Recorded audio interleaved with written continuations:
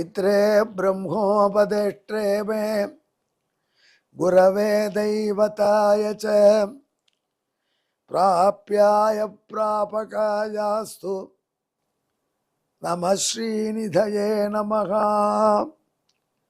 அன்பர்களே, நமோ வெங்கடேஷாய வெங்கடத்துறைவார்க்கு நம.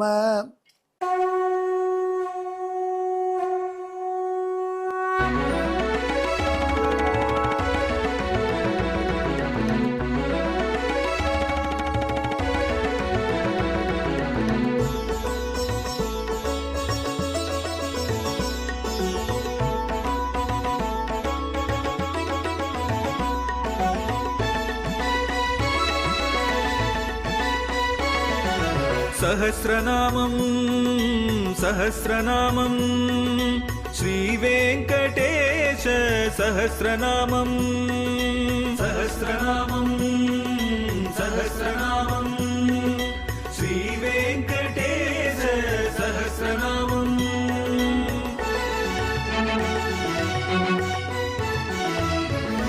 உலகில் கலிவினை தோஷம் அகற்றும் நாமம் சஹஸ்ரநாமம். உயர்வுகளை வாழ்வில் அளிக்கும் நாமம் சஹஸ்ரநாமம். திருமலையில் தினம் அர்ச்சனை நடைபெறும் நாமம் சஹஸ்ரநாமம். திருவேங்கடனின் தரிசனம் காட்டும் நாமம் சஹஸ்ரநாமம். சகஸ்ரநாமம் சகஸ்ரநாமம் श्रीवेङ्कटेश सहस्रनामं सहस्रनामं सहस्रनामं श्रीवेङ्कटेश सहस्रनामं. நாம் இப்பொழுது திருவேங்கடமுடியானுடைய சகஸ்ரநாமத்திலே 529வது திருநாமத்தை அனுபவிக்கப் போகிறோம். இந்த திருநாமம் மகா மந்திரா என்பது.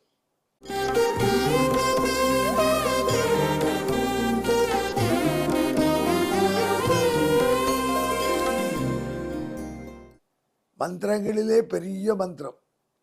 அந்த மந்திரமே இவன் தான். அந்த மந்திரத்தினாலே உணர்த்தப்படுபவனும் இவனே. எனவே இவனுக்கு மகாமந்திரன் என்று பெயர். மகாமந்திரத்தாலே உணர்த்தப்படுபவன் மகாமந்திரன். மகாமந்திரமாகவே இருப்பவன் மகாமந்திரன். அவனை பற்றிய மந்திரமாகினாலே அந்த மந்திரம் மகாமந்திரம். அது என்ன மந்திரம்? 8 எழுத்து என்று சொல்லக்கூடிய திரு அஷ்டாட்சரம் மூல மந்திரம் என்றும் அதை சொல்வார்கள். இதை பற்றிய வரலாறு ஒன்று முன்னாடி உங்களுக்கு சொல்லியிருக்கேன். தமிழகத்தில் அந்த காலத்தில் நீலன் என்ற பெயரோட ஒரு பெரிய சோழப்படையின் தளபதி இருந்தார். அவர் ஒரு குற்றரசராகவே இருந்தார். ஆக அவருக்கு ஆலிநாடு என்கிற பகுதியை ஆண்டு வந்தார். நல்ல ஆண்மையும் வீரம் மிக்கவர். இவ்வளோ வீரம் இருந்தால் படிப்பு வராது. ஆனால் பெரிய கவிஞர். தமிழில் 4 வகை கவிதை உண்டுன்னு சொல்லுவாங்க. ஆசு கவி கேட்ட உடனே பாடணும். அப்பா ஒரு பாட்டு பாடுனா, இருப்பா ரூம் போடு, யோசிக்கணும், அப்புறம் பாடுறேன், மூடு வரணும் அப்படின்னு சில கவிகள் சொல்வார்கள். அப்படி இல்லை, கேட்ட உடனே பாடணும். அவர்கள் ஆசுகவி. இந்த ஆசுகவியாக இருப்பது ரொம்ப ரொம்ப வலிய பெரிய சித்தி. அது எங்கள் திருத்தாப்பனாருக்கு அந்த பட்டம் இருந்தது, ஆசுகவி சார்வபௌமர் என்று. ஆசுகவி என்கிற பட்டம் திருமங்கை ஆழ்வாருக்கு உண்டு. சில பேர் சட்டுன்னு ஒரு பாட்டு பஞ்சு டைலாக் சொல்லிட்டு போயிடுவாங்க. அதை விஸ்தாரமாக விரித்துரைக்கணும், எலாபரேட் பண்ணி. அப்படி விஸ்தார கவிதை எழுத்துடணும். அதுவும் திருமங்கை ஆழ்வாருக்கு உண்டு. அது ரெண்டும் இருந்தால் மட்டும் போராது.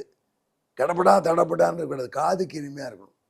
ஏண்டா போண்டா சாப்பிடலாம் வாண்டா தாண்டா தீண்டான்னா பாட்டாயிடுமா? அது அந்த மாதிரி இருக்கக்கூடாது. மதுரமாக இருக்கணும், இனிமையாக இருக்கணும். இது மட்டும் போராது, அதில் சித்திரம் இருக்கணும், அழகாக இருக்கணும். ஏதாவது ஒரு நெஞ்சுக்கு கவரக்கூடிய அம்சம். ஒரே எழுத்து பல முறை வருவதோ, 1 2 3 என்று எண்கள் அடுக்கப்படுவதோ, பல பொருள்கள் கூட சொற்களை சேர்ப்பதோ, இப்படி இருக்கணும். அது சித்திரம்னு சொல்வார். இப்படி ஆசுகவி, விஸ்தாரகவி, மதுரகவி, சித்திரகவி என்று 4 வகை கவிதைகளிலும் வல்லவராக இருந்ததுனால திருமங்கை ஆழ்வாரை தமிழர்கள் 4 கவி பெருமாள் என்று பட்டம் கொடுத்து போற்றினார். சேனாபதியாக இருக்கார், நல்ல பர்சனாலிட்டி, இளைஞர், குறுநில மன்னர், கவிஞர், எவ்வளோ குவாலிஃபிகேஷன் இருக்கு. ஆனால் நல்ல ரசிகர் வாழ்க்கையில் இது 6வது குவாலிஃபிகேஷன். அவர் அந்த இளைஞராக திருமணமாகாத காலம் அவருடைய ஊர் திருவாலி, பக்கத்தில் திருவள்ளக்குளம் என்பதாக ஒரு இடம்.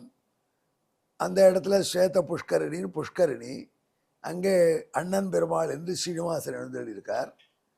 அந்த புஷ்கரிணியில் தாமரை பூக்கள் மலர்ந்திருக்கின்றன.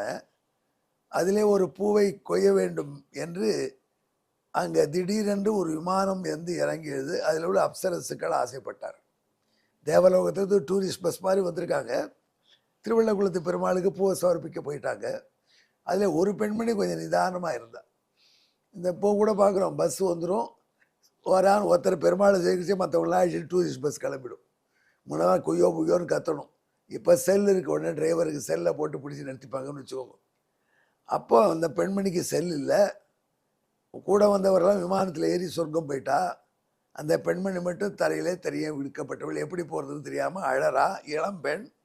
அங்கே ஒரு மருத்துவர் அவளை தன் வீட்டுக்கு அழைத்து வந்து, கவலைப்படாதே, என் பெண்ணாக வளர் என்று வளர்க்கிறார். குமுதவல்லி என்று பெயரிட்டார். பேரழகு. அவளுடைய அழகை கேள்விப்பட்டார் நீலன். இவளை தான் திருமணம் செய்து கொள்ள வேண்டும் என்று விரும்பினார், ப்ரப்போஸ் பண்ணார். அந்த குமுதவல்லி சொன்னால், என்னை மணக்கக்கூடியவர் வைஷ்ணவ தீட்சை பெற்றவராக இருக்க வேண்டும், சங்க சக்கர சின்னம் பொருத்தியிருக்கணும். அது மட்டுமல்ல, தினம் 1008 திருமாலடியார்களுக்கு உணவளித்து அவர்கள்ட்ட பூஜை செய்து அவர்களுடைய ஸ்ரீபாத தீர்த்தம் பெற வேண்டும். அவரைத்தான் நான் கணவனாக ஏற்றுக்கொள்வேன். சரி, செஞ்சுட்டா போகிறதுனார். அப்படியே அவர் வைஷ்ணவ தீட்சை பெற்றுக்கொண்டார். திருநறையூர் நம்பி பெருமாள்கிட்ட வந்து 1008 ஸ்ரீவைண்டம்னு தினம் சாப்பாடு போடணும். டெய்லி 1000 பேருக்கு சாப்பாடு போடணும்னா எவ்வளோ செலவழியும்? அவர்கிட்ட இருந்த சொந்த பணம் போச்சு. சோழனுக்கு கப்பம் கட்ட வேண்டிய பணத்தையும் செலவழிச்சிட்டார். மிஸ்அப்ரோப்ரியேட் பண்ணிட்டார் என்று ராஜா கேள்விப்பட்டு அவரை பிடிச்சு சிறையில் அடைச்சான். சிறையில் தவிச்சு அவருக்கு வரதராஜ பெருமான் புதையலை காட்டி விடுதலை வாங்கி கொடுத்தான். ஆனால் இந்த தொண்டை தொடர்ந்தா இந்த குமுதவல்லியின் கட்டளையின் மேல் எல்லாம் செய்கிறார். அவர் அவருடைய கடற்கண் பார்வைக்கேத்தான் முதல்ல செய்தார். அந்த புண்ணியம் அவரை தூய்வராக ஆக்கி கொண்டே வருது. அது ஒரு சமயத்தில் பணமே இல்லை, வறட்சி. உடனே பணக்காரங்கள்டேருந்து அடித்து பிடிக்கப்படலாம் என்று கொள்ளையடிக்க தொடங்கினார். வறியவர்கள் ஒன்றும் பண்ண மாட்டார், பணக்காரர் தான் கொள்ளையடிப்பார். அப்படிப்பட்டவரை காப்பாற்ற, திருத்தி பணிகொள்ள எம்பெருமான் ரங்கநாதனே பிராட்டியோடு கூட புதியதாக திருமணம் செய்து கொண்ட ஒரு இளைஞரை போல் வந்தார். அந்த கதையை முன்னாடி சொல்லியிருக்கோம், வேற வரலாறு திருநாமத்தை விளக்க. அப்படி வந்த பொழுது அவர்களை வழிப்பறி செய்தார் நீலன். திருமணங்கொல்லைங்கிற இடத்துல ஒரு அரச மரத்துக்கு பக்கத்தில் அவர்களை மாட்டு வண்டியை வழிப்பறி செய்து எல்லா நகையை எடுத்து வை, எல்லா ஆபரணத்தையும் எடுத்து வை என்று சொல்லி வாங்கிட்டார். அந்த பெண்ணுடைய தாலியை மட்டும் வாங்கிக்கல. அந்த கணவன் இருக்கானே, அவன் எல்லாத்தையும் கொடுத்தான், எல்லாத்தையும் மூட்டை கட்டிட்டு அவன் கையை பார்த்தார், கையிலே ஒரு மோதிரம். இது மட்டும் தப்பிச்சுதா கொடு, ரொம்ப டைட்டாக இருக்க, படுக்க முடியல, நான் படுங்கிக்கிறேன் அப்படின்னு இழுத்து பார்த்தார். வரல. பல்லால் கடிக்க எத்தனை பொழுது தலையில் எத்தனைத்த பொழுது தலையிலே தன் கையை வைத்து அந்த இளைஞன், நம் கலியரும் அவ்வளோ ஸ்டைலாக திருடுறையேன்னு தள்ள கையை வைத்தார். ஞானம் வந்து அவருக்கு, சரி இந்த மூட்டை போனால் போகிறது, இந்த மூட்டையை தூக்கப்படும், எடுத்து இதை மோதிரம் போட்டோம், மூட்டையை தூக்கலான்னு போனார். மூட்டையை அசை மறுத்தல். இந்த பிராமணன் தான் ஏதோ மந்திரம் போட்டான், என்ன மந்திரம் போட்டால் அதை சொல்லுன்னார். அவர் சொன்னார், எனக்கு ஒரு மந்திரமும் தெரியாதுப்பா, நான் ஒரு மந்திரமும் போடலைப்பா, அது வரலன்னா என்னையே வையிற, நான் தான் வஞ்சனை இல்லாமல் கொடுத்தேனே. இல்லை, இதில் ஏதோ மந்திரப்படுற அந்த மந்திரம் சொல்லு, எனக்கு ஒரு மந்திரம் தான் தெரியும், பெரிய மந்திரம், அது சொல்கிறேன் என்று அவர் வலது காதிலே கூப்பிட்டு கலியனுக்கு எம்பெருமான் அவனே குருவாக இருந்து மூல மந்திரத்தை உபதேசித்தான். அடுத்த வினாடி அந்த மந்திரத்தை பெற்ற சந்தோஷத்தில் அந்த மந்திரத்தையே புகழ்ந்து பாடத் தொடங்கினார் கலியன். திருமங்கை ஆழ்வாராயிட்டார். ஆழ்வார் மாறிட்டார். அந்த திருநாமத்தை, மகாமந்திரத்தில் உள்ள திருநாமத்தை பாடுறார்.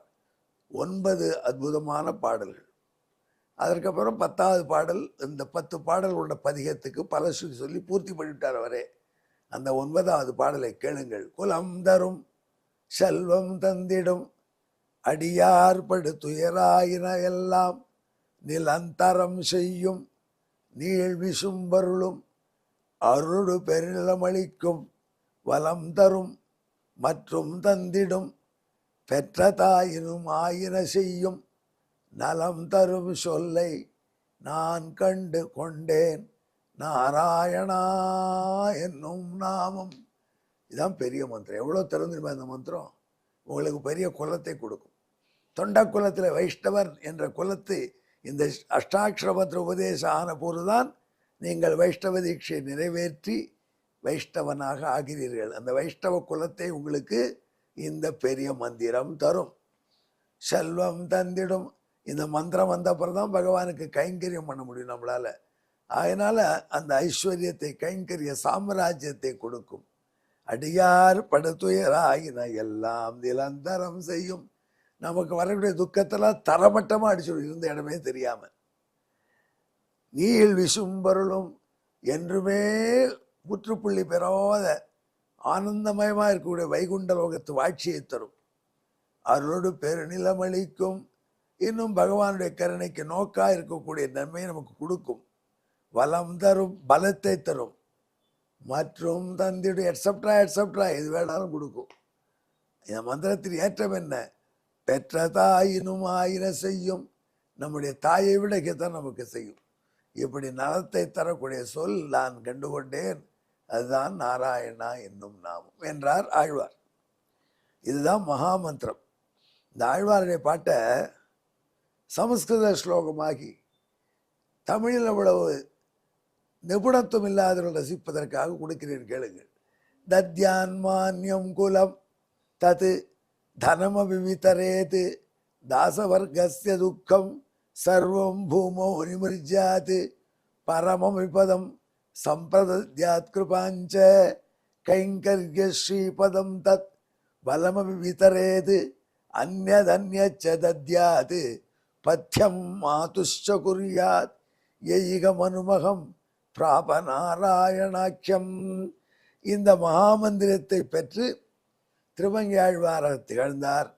இந்த மகாமந்திரத்தை கொடுத்தான் அவனுக்கு, அந்த எம்பெருமானுக்கே மகாமந்திரன் என்று பெயர். அன்பர்களே, இதற்கு பின்னணியான ஸ்லோகம்.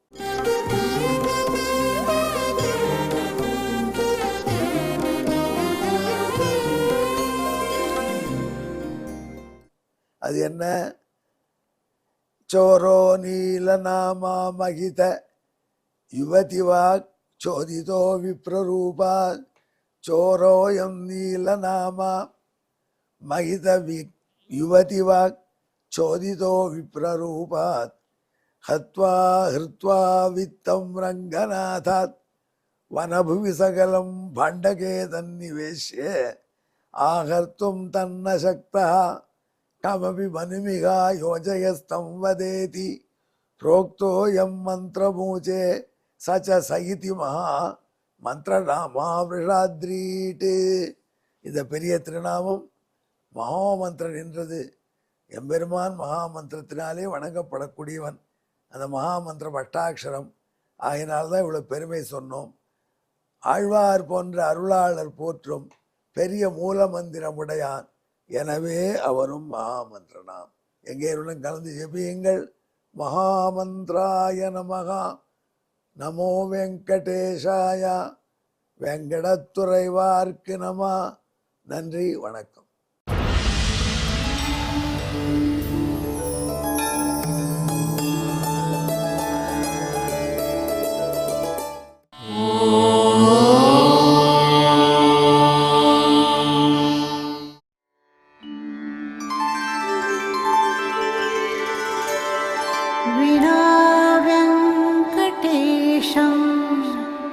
ननाथो ननाथः सदा वेङ्कटेशं स्मरामि स्मरामि। हरे वेङ्कटेश प्रसीद प्रसीद प्रियं वेङ्कटेश प्रयच्छ प्रयच्छ।